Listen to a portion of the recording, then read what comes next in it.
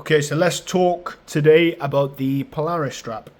We've had a couple of comments come in recently via email and via social media where folks are struggling to get these straps fitted right on the wrist, on the watch. A bunch of guys think that it's too big, it's too small, etc. What I want to do today is take you through some of the nuances in mounting watches up to the strap and getting it set for your wrist. We could address these queries via the elegance of the English written language, but it's far easier to show stuff via video. So that's what we're doing. Picture paints 1,000 words. Now, when we developed this strap, we looked at what the industry was doing. This is a very, very well-known brand. A lot of you will recognize it. If you look at what they're doing as their industry standard piece, pretty much like for like where we are. Let me pop that aside.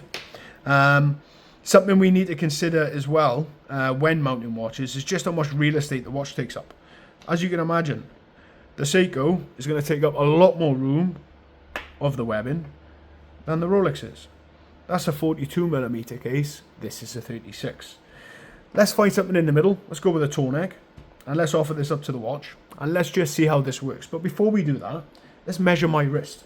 Let's get a baseline and we can go from there. So standard fabric tape, we'll wrap that round and we'll come out, give or take, 7 inches. I think that's fair. 7-inch wrist.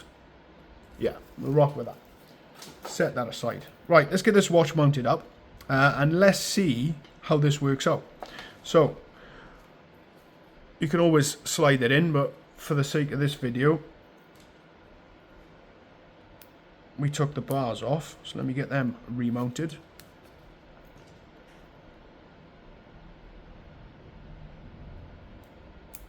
There we go, clicked in. Right, so let's offer this up to my wrist. I always like to start it this way. Makes it a lot easier, and you just slide your hand in. Again, I'm a 7-inch wrist,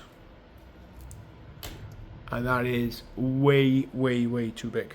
That's not compatible for anyone. You'd probably get up to an 8-inch wrist on that. This is why we advertise it up to 8. But let's do something super simple. Let's undo that and let's slide this down. Try not to stress the bars. No one likes stress bars. Okay. Now if we bring this in,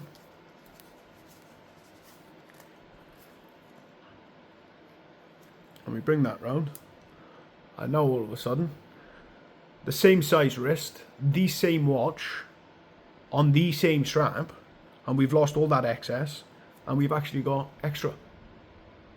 So this could actually go smaller by, I would assume, somewhere in the region of ½ an inch. So that has a big impact on how you wear these straps, how you get the sizing right. And naturally, that is going to wear completely differently to this, which is going to wear completely differently to that. So hopefully that's useful. If you have any questions or queries, do get in touch with us. And even if you want to qualify stuff before you pick one up, drop us a message. Where we can, we'll help you. We struggle sometimes because we can't know the exact dimensions of absolutely every watch in the market. But if we can help, we will. Thank you.